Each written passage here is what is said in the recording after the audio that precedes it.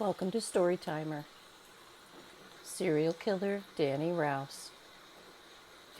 I think he liked seeing the damage he had inflicted. I think that might be a central reason why he killed. After he strangled and stabbed his coworker Stephanie Wagner in 2006, he went to work the very next day. He walked right into that restaurant like nothing was wrong. I think he wanted to be there to witness the reactions people would have when the calls started coming in asking if anyone had seen Stephanie. I think he liked seeing the devastation. After he shot Nellie Mikesels through her window in the fall of 1974, he broke into her home. He didn't steal anything. Police theorized at the time that he broke in just to see what his bullet had done. He shot Leila Hildebrand as she drove by one night. The shot to the left side of her face would cause her to veer off the road and total her car. Her injuries were first thought to be caused simply from a car accident. Someone, however, looked a little closer and saw the gunshot wound. A shotgun had been used. Danny Rouse confessed to the Mikesels and Hildebrand murders after he was caught for the Stephanie Wagner murder in 2006. To avoid the death penalty, he and his lawyers offered to help close those old cases. But where was Danny Rouse between 1974 and 2006? Are there any other murders? What else was he up to? He moved to Wichita, Kansas. We know that he was living there in October of 1979 when he attacked Catherine Crowley and murdered her young son, Jason Learst. Catherine lived despite severe stab wounds. Danny Rouse was caught trying to flee eastward. He might have been headed back to Indiana. Rouse was tried, convicted, and sentenced to life in prison in Kansas.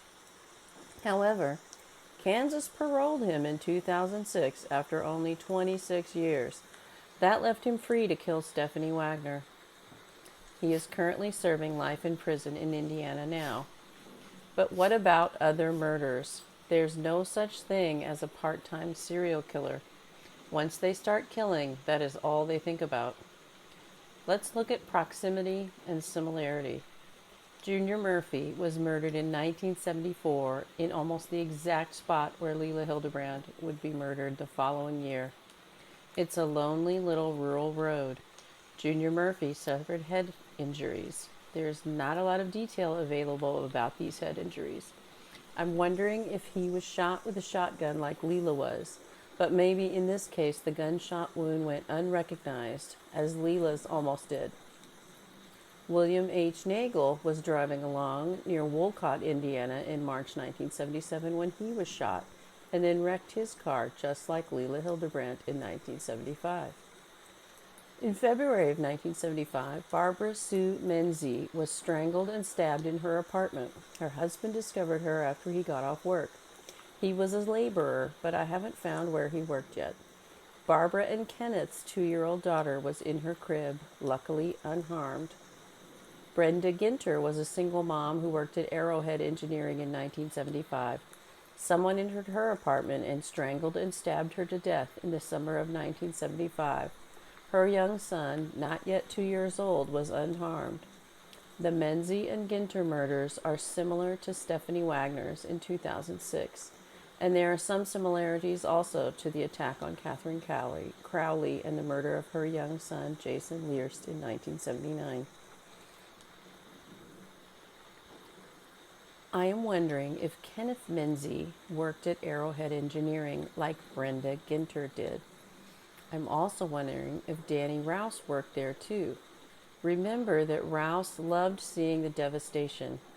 Imagine him showing up at work after those 1975 murders. Imagine the way coworkers react when they hear that a man's wife was murdered. Imagine how they talk about the woman that they worked with who was murdered too. 2 innocent co-workers of Brenda Ginter were held for months suspected of her murder. After no evidence in her apartment could tie them to her murder, they were released. Imagine the daily gossip in the break room. Did Danny Rouse kill Junior Murphy, William H. Nagel, Barbara Menzie, and Brenda Ginter? Only testing will tell. He is already incarcerated. But don't these families deserve justice too? Don't these victims deserve justice? I think they do.